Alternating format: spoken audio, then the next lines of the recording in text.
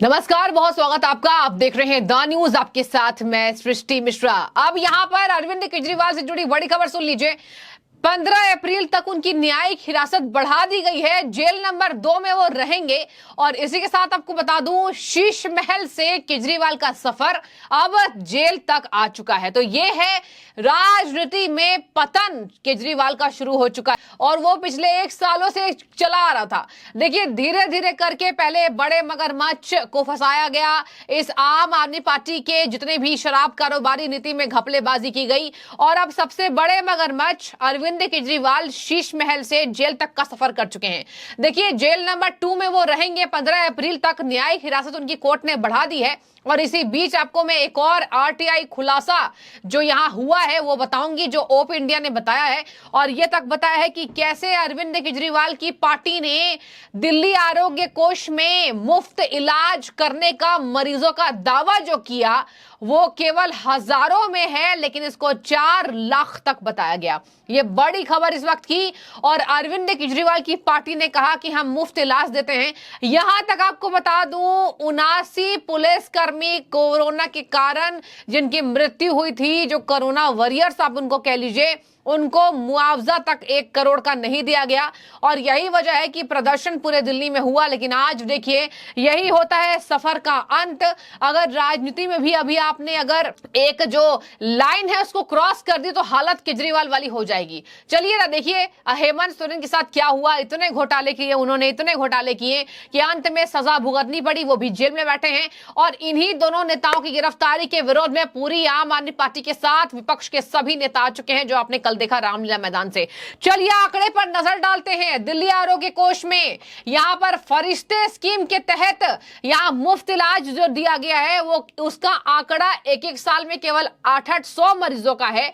और सिसोदिया ने यह दावा किया था कि यहां पर 7000 मरीजों का इलाज हुआ है। आपको बता दूं कि आरटीआई खुलासे में क्या हुआ है। देखिए, आरटीआई खुलासे में इनके कार्यकर्ता हैं विवेक पांडे। उन्होंने सवाल दाखिल किया, सवाल जवाब मांगा, लेकिन उनको जवाब नहीं मिला।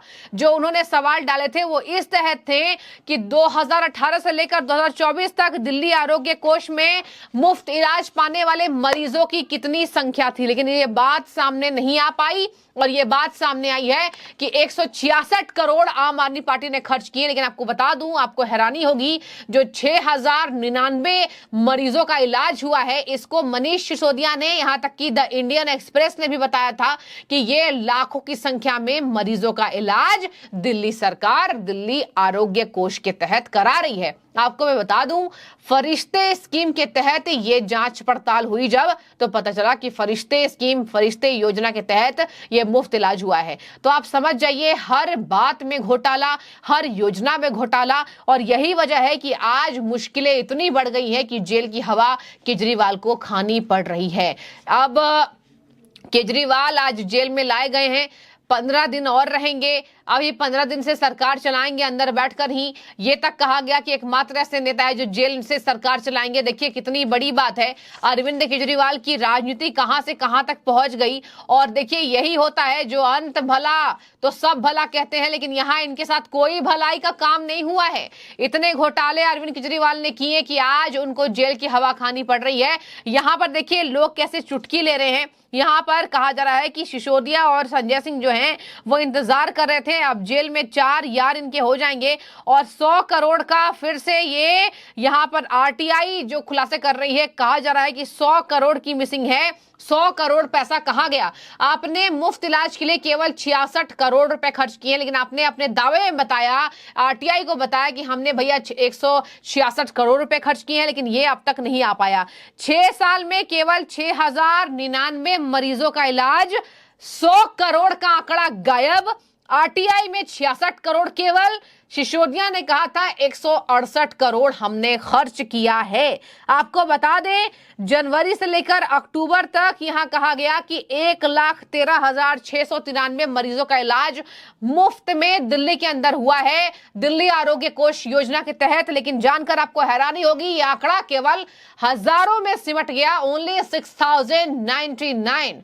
देयर आर ओनली, यही एक नंबर है, 6099 जहां पर मरीजों का इलाज हुआ है। 92 पुलिसकर्मी जिनकी मृत्यु हुई थी, जो मैंने आपको बताया था, उनको कोई मुआवजा नहीं दिया गया और 79 पुलिसकर्मियों को मुआवजा नहीं दिया गया। 1 करोड़ मुआवजा दिया जाना था। तो ये पैसे कहां गए, आप जरा पता लगा लीजिए, सोच लीजिए कि आखिर ये पैसे केजरीवाल ने क्या किया है।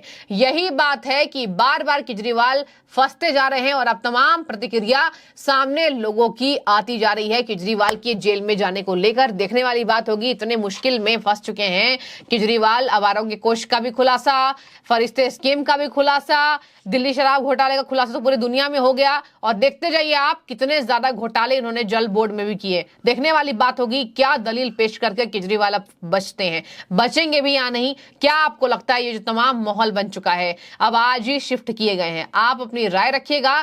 जेल नंबर 2 में शीश महल से जेल तक का सफर, ये अरविंद केजरीवाल का, जो 300 रुपए की कमीज पहनकर राजनीति में सबको लुभा गए थे।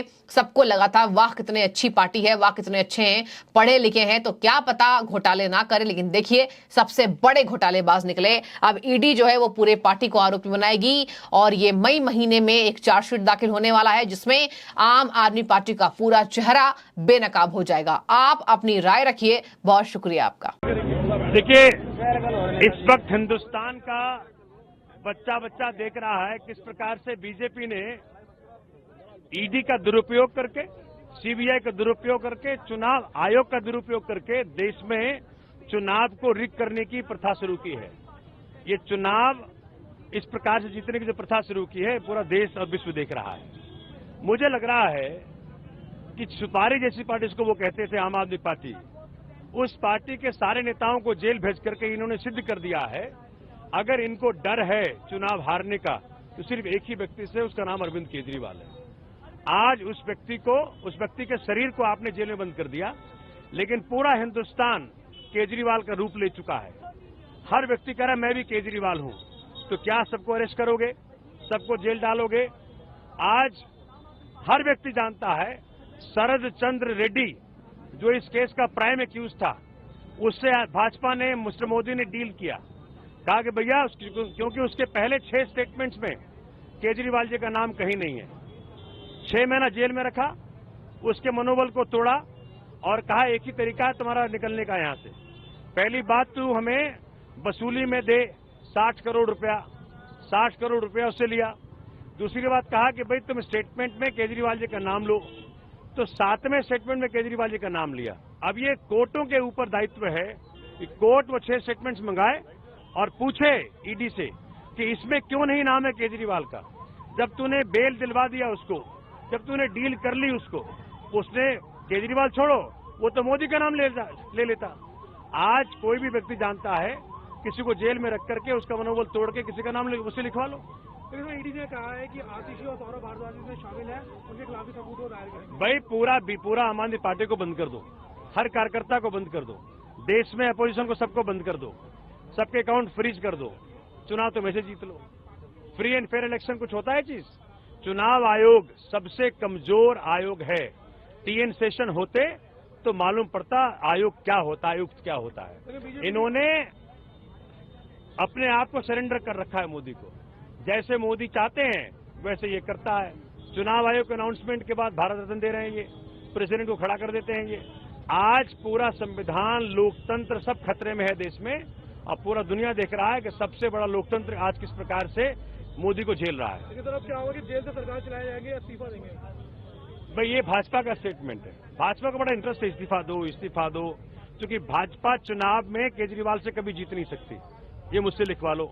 आज शर्म आनी चाहिए मोदी जी को, इतने बड़े देश के प्रधानमंत्री बने, 2 बार जनता ने प्रधानमंत्री बनाया है, लेकिन एक ऐसे व्यक्ति से जिसने इस देश के अंदर शिक्षा, स्वास्थ्य, बिजली, पानी, महिलाओं के लिए फ्री बस सेवा क्या क्या नहीं किया, उसको और काम न करने देते जेल भेज दिया उसको। ये पूरी दुनिया देख रही है। आज भारत का हर व्यक्ति निकल के बोलने वाला है कि मैं भी केजरीवाल हूं, 24 में मोदी जी को धूल चटाएंगे।